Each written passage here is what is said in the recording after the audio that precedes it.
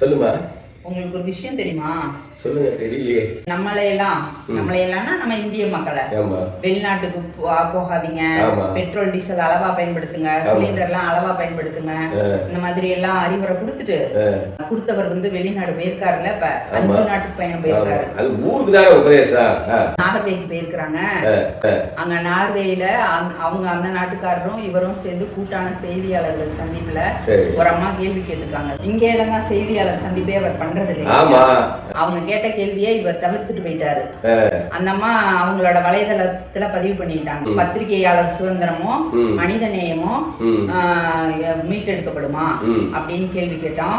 நாங்க ஏன் உங்களை நம்பணும் அப்படின்ற கேள்வி வேற கேட்டிருக்காங்க.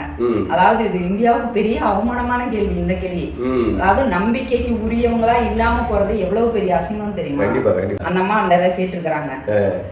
நாங்க அந்த அம்மா பதிவு போட்டதுக்கு அப்புறம் இன்னைக்கு ஒரு வெளியுறவுத்துறை செய்தி தொடர்பாளர் அதுக்கு பதில் சொல்லியிருக்கிறாரு. உலகத்திலேயே மத்தவங்க எல்லாம் ஓட்டுரிமைக்கு போராடும் போது நாங்க 47 சுதந்திரம் ஓட்டு நடத்தும் போதே எல்லாருக்குமான ஓட்டு உரிமை கொடுத்திருக்கிறோம். நாங்க அதை செஞ்சிருக்கிறோம், இதை செஞ்சிருக்கிறோம். சுதந்திரம் அடைஞ்சதுக்கு அப்புறம் காங்கிரஸ் தலைவர்கள் என்னெல்லாம் செஞ்சாங்களோ அதை பூரா இன்னைக்கு சொல்லியிருக்காங்க. இருங்க ஐயா, எல்லாத்துக்கும் நேரு தான் காரணம். இன்னைக்கு இந்தியா கெட்டு போனதுக்கும் அன்னைக்கு நேரு பண்ணதான் காரணம். ஒவ்வொரு இடத்துலயும் சொல்றவருங்க இன்னைக்கு வெளியில ஒரு அசிங்கப்படும் போது நாங்க இதையெல்லாம் செஞ்சிருக்கிறோம்னு அந்த நேரு செஞ்சதான் சொல்ல முடியுது. அப்படி இருக்கும்போது வெளியில கேள்வி கேட்கும்போது இது உங்க தனிப்பட்ட ஒருத்தரை கேட்டதில்லை, இந்தியாவை பார்த்து. இந்தியாங்கிறது ஒரு நிலப்பரப்பு மட்டும் இல்ல, அங்க இருக்கிற மக்களை பார்த்து நீங்க பண்ற தவறுக்கு எல்லாரும் நல்லா இருக்கணும்னு நினைக்கிற கோடிக்கணக்கான மக்கள் அசிங்கப்பட்டு நிக்கிற மாதிரியான ஒரு செய்யல. அங்க பெண்களுக்கு ஓட்டுரிமைன்றாங்க இல்லையா? அதுக்கு முன்னாடி 5000 ஆண்டுகால பெருமை உள்ள நாடு. பெண்களை எந்த இடத்துல வச்சிருந்தீங்க? மக்களை எந்த இடத்துல வச்சிருந்தீங்க? அவங்க எல்லாம் போகட்டும். இப்போ எல்லாத்துக்கும் நேரு காரணம் சொல்லிட்டு இன்னைக்கு உங்களை காப்பாத்திக்கிறதுக்காக ஒரு பதில் சொல்றதுக்காக கூட அந்த நேரு சொல்றாங்கல்ல, அவ்வளவு நன்றி தேவைப்படுறாரு.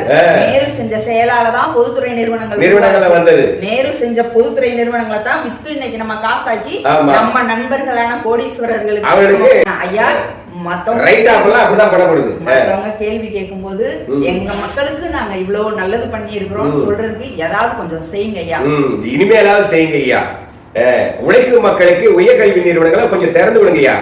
அங்க போறவங்க மன அழுத்தத்தால இருக்க முடியாதோ வெளியே வர முடியாதோ இல்லாம இனிமேலாவது சுதந்திரமாக அவர்களுடைய கருத்துக்களை பகிரவும் கூட கொஞ்சம் வழி ஏற்படுத்துங்க ஐயா. இதை உழைக்கும் மக்கள் தான் புரிஞ்சுக்கணும். நன்றி, வணக்கம்.